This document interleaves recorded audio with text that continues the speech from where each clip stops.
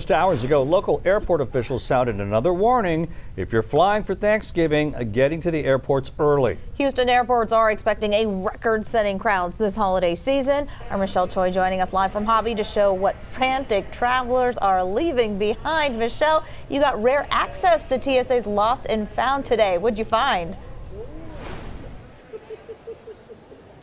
I did. So TSA wanted to visually show why it's so important for travelers to get to the airport early. Otherwise, it's not just your flight you could risk missing. You could also end up losing and leaving behind some personal belongings while going through security. See, we got more sunglasses. We have, it looks like a bucket hat. Turns out lost items some belts. End up in one of two small rooms here at Hobby Airport. TSA supervisor Doug Levins keeps track of them, and he's seen it all. Somebody left their prosthetic finger behind. I've had people leave one shoe. They'll run down the hallway wearing one shoe. From miscellaneous to more expensive items like laptops and iPads, Doug says when someone leaves an item at checkpoint, it gets entered into a database by date and tracking number. It's then kept for 30 days for folks to retrieve, and yes, there are security questions they ask to make sure it's yours. But if no one claims it, the high-end items end up at TSA headquarters. The other stuff gets picked up by Texas Surplus Commission in Austin.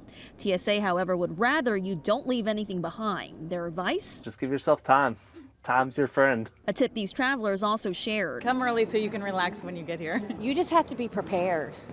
You have to come with a good attitude. You have to be patient because there's a lot of people. Packing your patience is key. Houston Airports is getting ready to welcome its largest Thanksgiving holiday crowd on record since 2019, with Bush and Hobby Airports expecting a combined 2.4 million travelers to take to the skies for the next 13 days. A key tip if you're driving here, they say reserve parking beforehand. We want your travel experience to be as stress-free as possible, and so getting that reservation out of the way is a good thing, and a way to kind of take that weight off your shoulders.